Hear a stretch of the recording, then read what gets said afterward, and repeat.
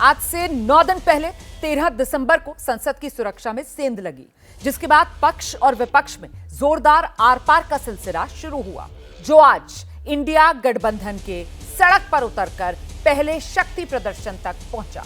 संसद से 146 विपक्षी सांसदों के निलंबन के खिलाफ आज इंडिया गठबंधन के नेता दिल्ली में जंतर मंतर पर लोकतंत्र बचाने के परचम तले जुटे। मंच से कांग्रेस अध्यक्ष मल्लिकार्जुन खड़गे, कांग्रेस सांसद राहुल गांधी के भाषण हुए। इस पे संसद की सुरक्षा में सेंधमारी, बेरोजगारी, अग्निवीर योजना, महंगाई जैसे तमाम मुद्दों के जरिए मोदी सरकार की इंडिया गठबंधन ने घेराबंदी की। लेकिन इन मुद्दों के बीच मंच पर एक और मुद्दा उभर कर सामने आया, और वो जाति का मुद्दा।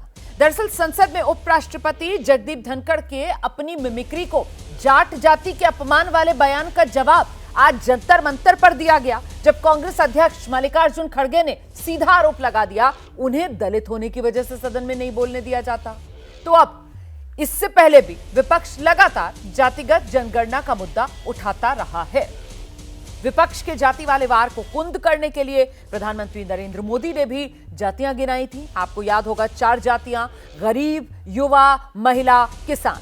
तो अब सवाल यह है कि क्या वाकई जाति है कि जाति नहीं? क्या 2024 में जाति के एंगल पर ही सियासी दंगल होगा? आज हुंकार में इन्हीं मुद्दों को लेकर चर्चा करेंगे, लेकिन पहले जरा देख लीजिए राजनीतिक वार, पलटवार।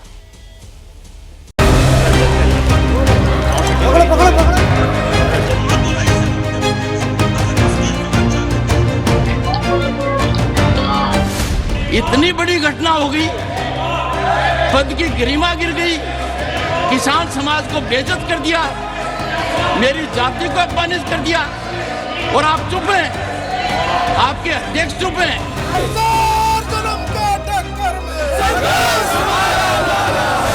जब कभी भी देश में जब महिलाओं के ऊपर रेप होती है, जब कभी दलितों को कुचला जाता है, किसानों को मारा जाता है, मजदूरों को मारा जाता है और संविधान के धज्जे उड़ाए जाते हैं, मैं ये क्या कहूं कि ये बीजेपी के लोग, बीजेपी की सरकार एक दलित को बोलने नहीं देगा।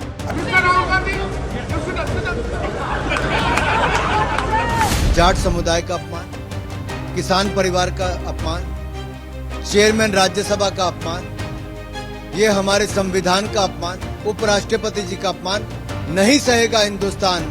और राहुल गांधी जी और कांग्रेस पार्टी और इंडिया अलायंस को जवाब देना होगा।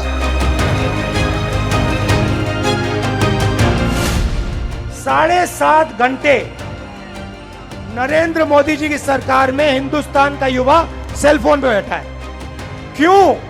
क्योंकि नरेंद्र मोदी जी ने उसको रोजगार नहीं दिया है,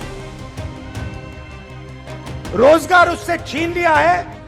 इसीलिए ये जो युवा थे जिन्होंने सिक्योरिटी ब्रीच जरूर की, वो भी आपकी गलती है। इससे कोई लो लेवल हो ही नहीं सकते। एक व्यक्ति मिमिक्री करते हैं और एक नेशनल पार्टी के पूर्व अध्यक्ष उसका वीडियोग्राफी करते हैं। चिंता की बात है, राहुल गांधी इन लोगों को समर्थन कर रहे हैं। तो अनएम्प्लॉयड यूथ है, अनएम्प्लॉयमेंट के कारण, देश में जो अनएम्प्लॉयमेंट हुआ है उसके कारण ये लोग ऐसा किया। हमने जो जाट महासभा ने यह मुद्दा लिया है कि देश के उपराष्ट्रपति जी की जाति को लेकर के, उसके वर्ग को लेकर के जो टिप्पणी की गई है वो असहनीय है, और उसको भारत के प्रत्येक नागरिक को उसकी निंदा करनी चाहिए।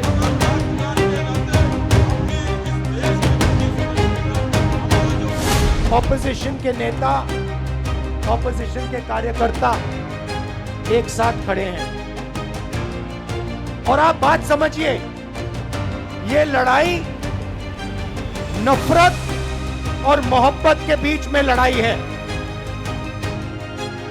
जैसे मैंने कहा, नफरत के बाजार में हम मोहब्बत की दुकान खोल रहे हैं। जितनी आप नफरत फैलाओगे,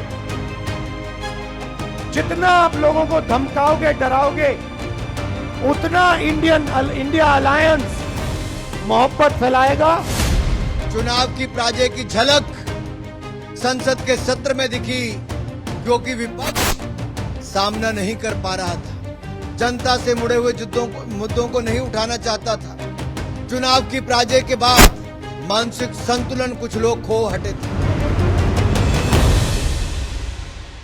जैसे ही घड़ी का काटा दोपहर 2:30 पे आए, बबीता जी का दिल सास बहू साजिश के लिए मचल जाए। और ये है इनकी बहू, पूरे दिन ऑफिस की टेंशन हो जाए गॉन जब ये करें अपना फेवरेट शो फ्री टाइम पे ऑन। इनकी तरह आप भी देखिए अपना फेवरेट शो अपने टाइम पर और डाउनलोड कीजिए एबीपी लाइव ऐप अपने स्मार्ट टीवी पर।